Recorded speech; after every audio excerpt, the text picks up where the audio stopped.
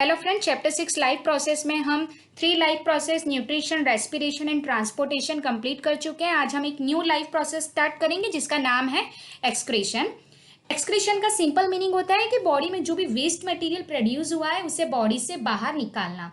The biological process involve in the removal of harmful metabolic waste from the body is called excretion. Body में से harmful metabolic waste को बाहर remove करने की biological process को कहते हैं एक्सक्रीशन।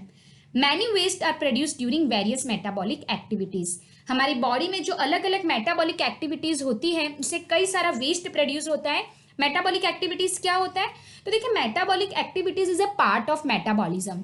मेटाबॉलिज्म यानी होता है कि हमारी बॉडी में वो सभी केमिकल रिएक्शंस जिसके थ्रू हमें फूड में से एनर्जी मिलती है उसे कहते हैं मेटाबॉलिज्म। तो उस मेटाबॉलिज्म के लिए जो भी मेटाबॉलिक एक्टिविटीज हमारी बॉडी में होती हैं उससे कई सारे वेस्ट प्रोड्यूस होते हैं। This needs to be removed in time because their accumulation in the body can be harmful and even lethal for an organism. और बॉडी में जो भी ये वेस्ट प्रोड्यूस हुआ है उसे समय समय पे बॉडी से बाहर निकालना बहुत जरूरी होता है, क्योंकि वो हार्मफुल होता है हमारी बॉडी के लिए और वो जानलेवा भी बन सकता है। तो एक्सक्रीशन के लिए हमारी बॉडी में जो सिस्टम है उसे कहते हैं excretory system. Human excretory system हम देखेंगे। The human excretory system is composed of a pair of kidneys. Human excretory system का सबसे इंपॉर्टेंट पार्ट होता है किडनीज। जैसे हमारी बॉडी में ब्रेन, हार्ट, लंग्स बहुत ही इंपॉर्टेंट ऑर्गन है, उसी तरह से किडनी भी बहुत ही इंपॉर्टेंट है हमारी बॉडी के लिए। अगर किसी इंसान की दोनों किडनियां फेल हो जाए तो उसकी डेथ भी हो सकती है। तो किडनी जो है वो बहुत ही इंपॉर्टेंट पार्ट है एक्सक्रीटरी सिस्टम का। बी शेप स्ट्रक्चर होता है इसका और 1 पैर होती है। A tube called ureter comes out of each kidney and goes to the urinary bladder. ये दोनों किडनी में से ट्यूब लाइक स्ट्रक्चर बाहर निकलता है जिसे कहते हैं यूरेटर, और ये यूरेटर एंड होता है एक बैग लाइक स्ट्रक्चर में जिसे कहते हैं यूरिनरी ब्लेडर। ये यूरिनरी ब्लेडर जो है वो मस्क्यूलर लाइक स्ट्रक्चर होता है जो कि एक्सपैंड भी हो सकता है और कॉन्ट्रैक्ट भी हो सकता है। Urine is collected in the urinary bladder from where it is expelled out through urethra as and when required. तो यूरिन जो है इस यूरिनरी ब्लेडर में कलेक्ट होता है, स्टोर होता है, और जब ये कंप्लीटली भर जाता है तो फिर ये जो ट्यूब लाइक स्ट्रक्चर है जिसे यूरेथ्रा कहते हैं, इस यूरेथ्रा के थ्रू यूरिन बाहर निकल जाता है। तो ह्यूमन बीइंग का जो एक्सक्रीटरी सिस्टम है वो उसमें इंक्लूड होता है a pair of kidneys, a pair of ureter, a urinary bladder and A urethra. तो सबसे पहले हम किडनी के बारे में डिटेल में देखेंगे। Nitrogenous waste such as urea और uric acid are remove from blood in the kidneys. देखिए, किडनी के अंदर 2 ब्लड वेसल सेंटर होती है, renal artery and renal vein. Renal artery जो है किडनी में एंटर होने के बाद कई सारी स्मॉल ब्रांचेस में डिवाइड हो जाती है जो आगे जाके कैपिलरीज में डिवाइड हो जाती है, और वो कैपिलरीज वेन जो है वो जुड़ के फिर इस रीनल वेन में जुड़ जाती है। ठीक है, तो जो रीनल आर्टरी है वो क्या करती है? तो देखिए, रीनल आर्टरी जो है वो पूरी बॉडी में से जो ऑक्सीजनेटेड ब्लड है वो इस रीनल आर्टरी के थ्रू ही किडनी में एंटर होता है। अब देखिए, जो ब्लड आता है वो ऑक्सीजनेटेड है, मतलब कि उसके अंदर ऑक्सीजन है जो हमारी बॉडी के लिए बहुत ही जरूरी है। लेकिन क्योंकि वो ब्लड पूरी बॉडी में से फ्लो होते हुए फिर आ रहा है, मतलब उसके अंदर वेस्ट मटेरियल भी होगा, क्योंकि बॉडी का जो भी वेस्ट मटेरियल है वो उस ब्लड के अंदर डिजोल्व हुआ होगा।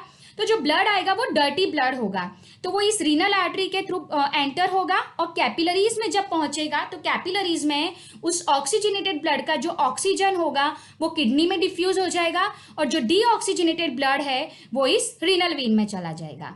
ठीक है, और किडनी से बाहर निकल जाएगा। तो देखिए, जो ब्लड आ रहा है वो डर्टी ब्लड है, मतलब उसके अंदर ऑक्सीजन भी है और वेस्ट मटेरियल भी है। तो ऑक्सीजन तो किडनी को मिल गया, पर जो वेस्ट मटेरियल है वो किडनी में ही रह जाएगा और यूरेटर के थ्रू बाहर निकल जाएगा। Kidneys are located in the abdomen, one on either side of the backbone. Kidneys हमारी बॉडी में जो भी स्टमक या इंटेस्टाइन होता है उसके पीछे की साइड होती है। The kidney is composed of many filtering units called nephron. Kidney में भी जो इंपॉर्टेंट पार्ट है वो है नेफ्रॉन, जिसे फिल्टरिंग यूनिट कहते हैं। उसी के अंदर ब्लड फिल्टर होता है। अप्रॉक्सीमेटली 10 लाख जितने नेफ्रॉन्स होते हैं किडनी में। Nephron is called the functional unit of kidney, इसलिए जो नेफ्रॉन है उसको किडनी का फंक्शनल यूनिट भी कहते हैं। तो अब हम देखेंगे नेफ्रॉन्स के बारे में। It consists of a tubule which is connected with collecting duct at one end and a cup-shaped structure at the other end, that is Bowman capsules. देखिए नेफ्रॉन के अंदर क्या इंक्लूड होता है, तो जो नेफ्रॉन है उसके अंदर ग्लोमेरुलस इंक्लूड होता है और ट्यूब लाइक स्ट्रक्चर होता है। ठीक है, तो ये जो ट्यूब लाइक स्ट्रक्चर है वो एक साइड ये कप शेप जो स्ट्रक्चर है जिसे बाउमेन कैप्सूल्स कहते हैं उसके साथ कनेक्ट होता है और दूसरी तरफ ये कलेक्टिंग डक्ट से कनेक्ट होता है। ये जो ग्लोमेरुलस है इसी को फिल्टर भी कहते हैं, इसी के अंदर ब्लड फिल्टर होता है। This filtrate contains glucose, amino acids, urea, uric acid, salts and a major amount of water. Bowmen capsules में जो ब्लड आता है जिसे फिल्ट्रेट कहते हैं उसके अंदर ग्लूकोज है, amino acids, urea, uric acid, salts और काफ़ी अमाउंट में वाटर प्रेजेंट होता है। तो बाउमेन्स कैप्सूल्स में क्या होता है, तो Bowman's capsule collect the filtrate in this some substances such as glucose, amino acid, salts and a major amount of water are present. ठीक है, बाउमेन कैप्सूल जो है वो फिल्ट्रेट को कलेक्ट कर देता है, तो उसके अंदर ब्लड के अंदर ग्लूकोज, अमाइनो एसिड, सॉल्ट और मेजर अमाउंट में वाटर भी प्रेजेंट होता है।